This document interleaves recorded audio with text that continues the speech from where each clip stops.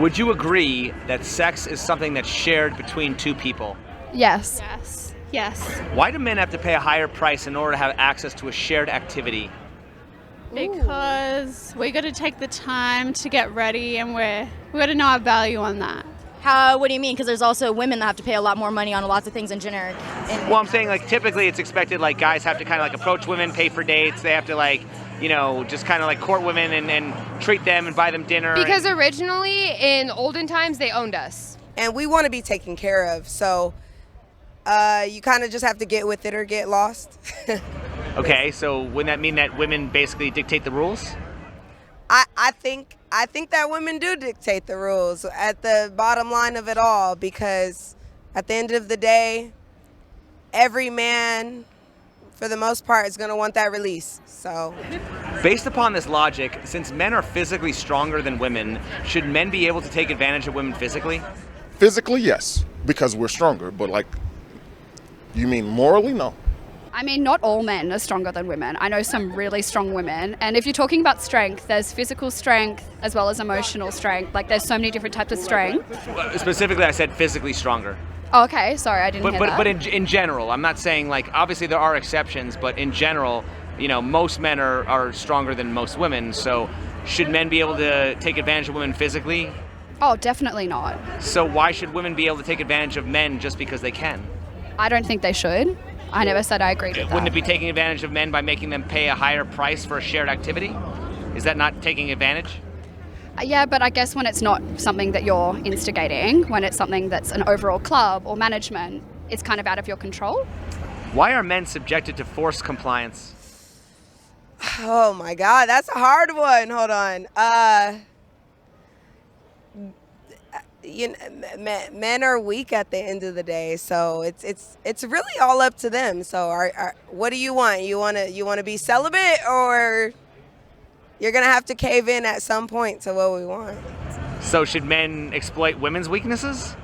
I don't think they should, but we do it, and everything should be leveled out, kind of. Which of the following do you think women find more satisfying? Actually having sex, or knowing that they hold the power by withholding sex? I guess that depends on which woman. I mean, some women don't. Some women really. I mean, they really just enjoy their intimacy. But then you do have women that do enjoy the power that comes with it. Having sex? Yeah, having sex. Why will women often withhold sex when men have a stronger biological need for sex than women? Because it's choice. If you don't want to have sex, why would you have sex? Like, be accessible all the time. That's not necessarily fair on our part, so we shouldn't. So are all have these to... questions just try to get justification, like why men do the things that they do? I think knowing that you hold the power, that's definitely way more relevant, because if you can withhold yourself and control your own urges, then you can really conquer anything, because the want for the thing is more powerful than the getting of the thing. You know what I mean? Why is sex typically the first thing that's withheld when women don't get what they want? I mean, I can't relate to that personally. I mean, for me, sex is really special, so I guess it's for when I'm ready. It's the first thing to go away when anything is broken in a relationship. It's the first.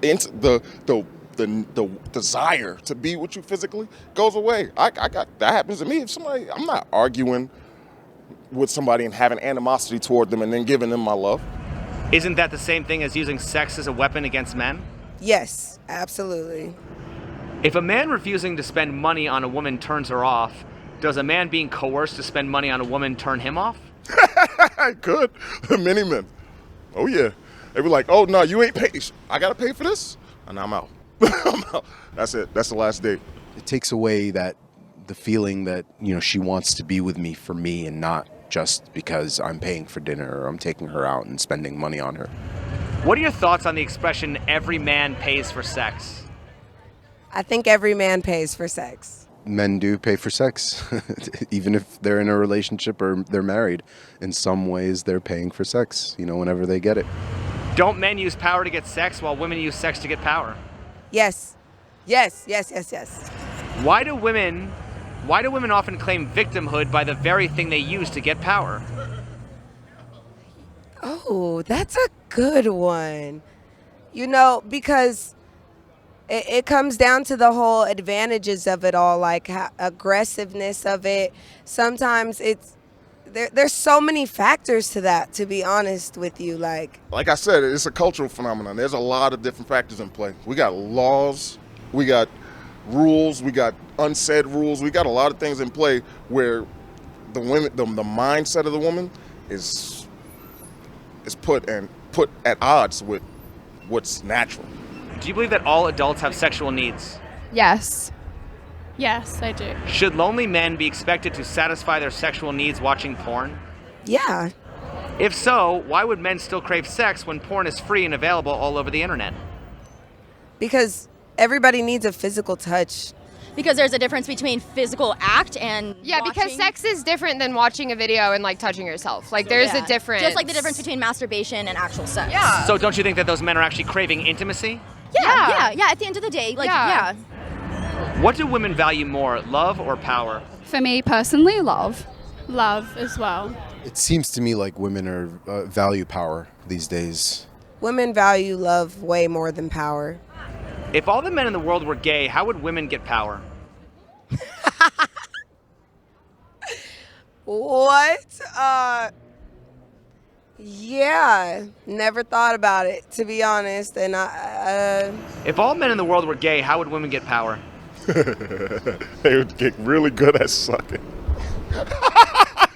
I think from succeeding in other things in life, there's so much more than just sexual elements. So through their work, their business, their jobs, their own career path and goals.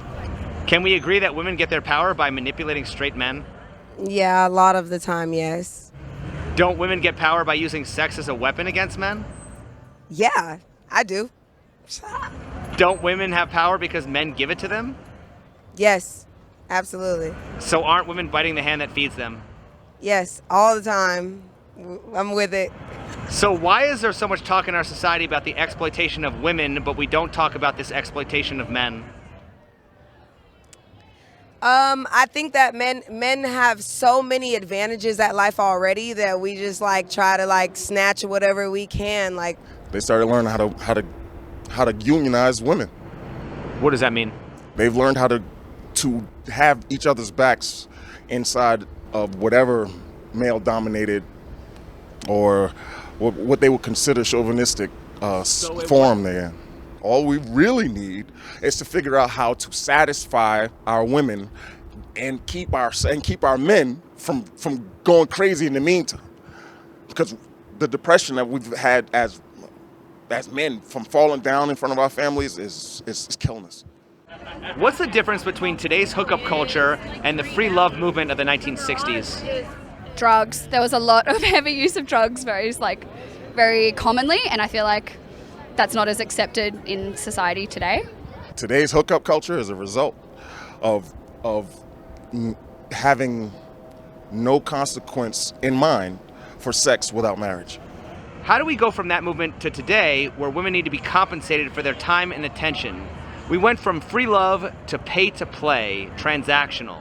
I think the culture shifted into more we're